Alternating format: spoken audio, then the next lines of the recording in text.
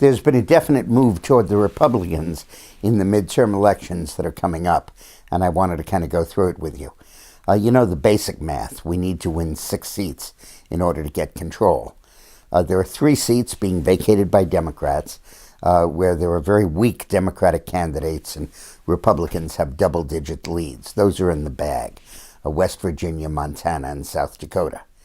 Then there are 3 others with incumbent Democrats running that are difficult races and tough races, but where the Republican has pulled significantly ahead over the course of August and September. They're Arkansas, where Thom is the Republican against Mark Pryor, the Democrat. They had been neck and neck in July, but since August, every poll has had, except one, has had Cotton ahead. The second one is Alaska, where Begich, the Democratic senator, is opposing Dan Sullivan, the Republican Attorney General of the state. Begich had a lead while there was a Republican primary. After Sullivan won the primary, Begich hit Sullivan with a ridiculous charge that he let a sex offender get a light sentence who went out and then raped and killed.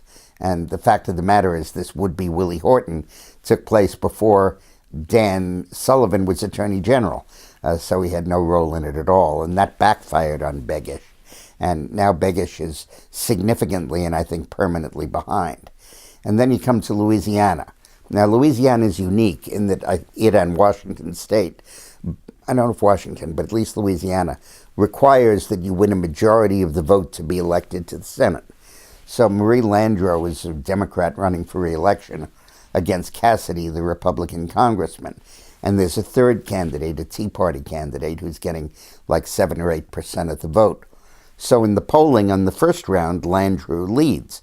But then in a runoff polling of Landrieu against Cassidy, Cassidy has consistently led throughout all of September and so far in October. So that one is very likely to win, but not on Election Day. It'll be in late November when we can count that one. So that would be 6 seats. Then we have 2 other seats that are just beginning really to tip to the Republicans.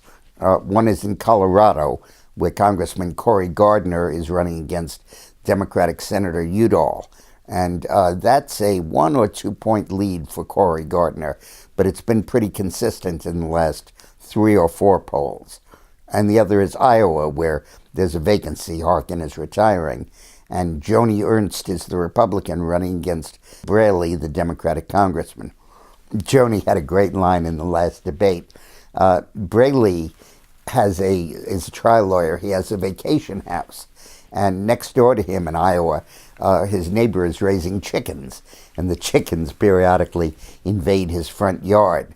So he went across, yelled at the neighbor, went crazy, and now is suing the neighbor over the chickens. So in the middle of a debate, Braley said, I'm going to walk across the aisle and work with the Republicans for bipartisan legislation. And Joni said, you can walk across the aisle, but you can't walk across your yard and work with your neighbor. Anyway, Braley has fallen behind in Iowa, and it looks like that state may go Republican also. Then we have 2 other seats which we have high hopes for.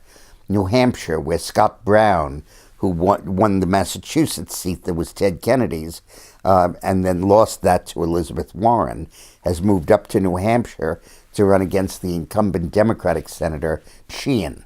At first he was behind, but now he's pulled even, and looks like he may be able to pull that out. And then there's North Carolina, which originally was one of the frontier Republican hopes, but the Senator Kay Hagan has done pretty well in solidifying her base. And Thom, the Republican, has a lot of negatives because he was the Speaker of the legislature and acquired some negatives in the course of that. But Tillis was badly outspent at the beginning, but now he's caught up in spending, and Hagan's lead is only 2 or 3 points.